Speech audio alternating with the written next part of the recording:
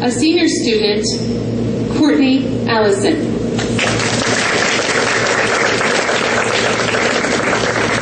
Great. Hello, thank you all so much for coming. As Dr. Bennett said, my name is Courtney Allison. I'm a senior here. I've spent my time studying communications and political science. And for the last 4 years, I have aspired to become a politician. And the reasons why I wanted to be a politician were because I wanted to see change that could apply to everyone. And I wanted to see change that could make people's lives better. I wanted to see change that was permanent. Well, it was in a discussion that I was having with my dear friend Patrick last week that we were talking about what needs to happen for America to do just that, change. And I had to leave the conversation early, so I promised Patrick that I would summarize my thoughts in an email. And in that email, I wrote, for America to regress back to the nation that our founding fathers intended her to be, the hearts of Americans need to change. The hearts of Americans need to turn towards Christ. And this was an epiphany for me, because I had never thought about mixing God and government. I didn't think that people wanted to hear it. But with that, God changed my heart. And he said, Courtney, I want you to speak. I want you to speak about making permanent change. I want you to speak about how people can live their lives better. I want you to speak about my love that can apply to everyone. Speaking is a gift of mine, one that I hope to develop over time and with much practice, which is why I'm so happy to be here at the speech event today. And the speech event we do have every month, and it gives a platform to the art of public speaking. And this is an art form that is diminishing in our time. But nothing is more effective than verbal communications. With verbal communications, we can express our ideas and our interests, our opinions. We can set up arguments. We can express our ideas. We can hear how others interpret our ideas. With that, with the art of rhetoric, we can influence other people. The founding fathers used the art of rhetoric to advance a land of freedom.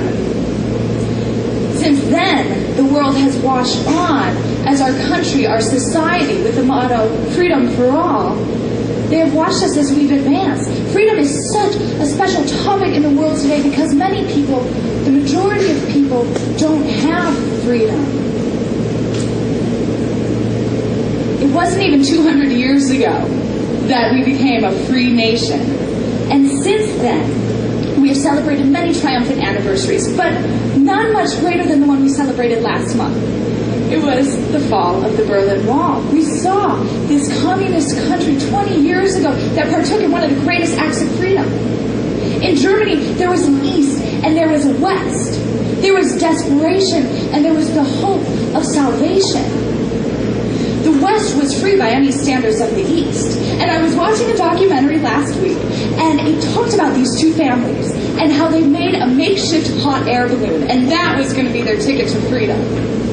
They sewed together tiny pieces of nylon that they had to buy in small increments so no one would be suspicious of their peculiar purchases. And then in the middle of the night, in a field in East Berlin, they set off and they catapulted to the sky just to be airborne for a few minutes before they collapsed to the ground. And when they collapsed, it wasn't obvious where they were, but when the dawn came, it became very clear that they had landed over the wall into the East and into the land of freedom. Making a homemade hot air balloon sounds to me like one of the more pleasurable ways that people would seek freedom. I mean, let's think about it. What have people really done to obtain freedom? People have separated their families for freedom. People give their entire life savings for freedom. People give their lives for freedom. And not only for their personal freedom, but so others can be free.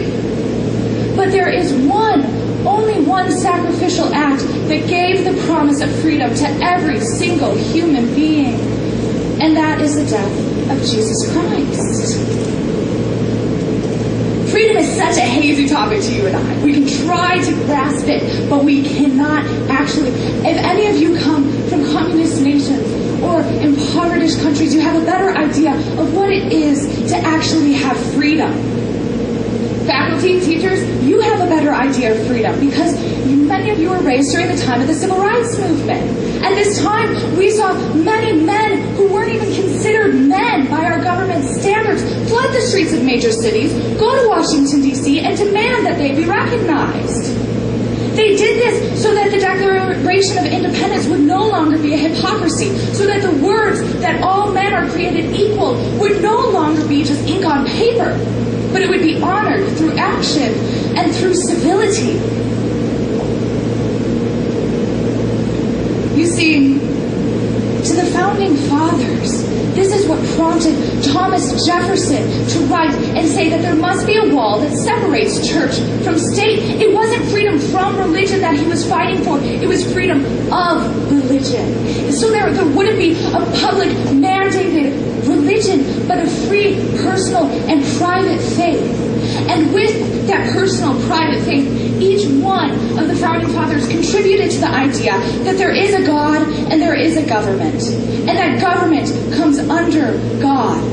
And people who are made in the image of God stand on top of government. And what is a more freer thought than that?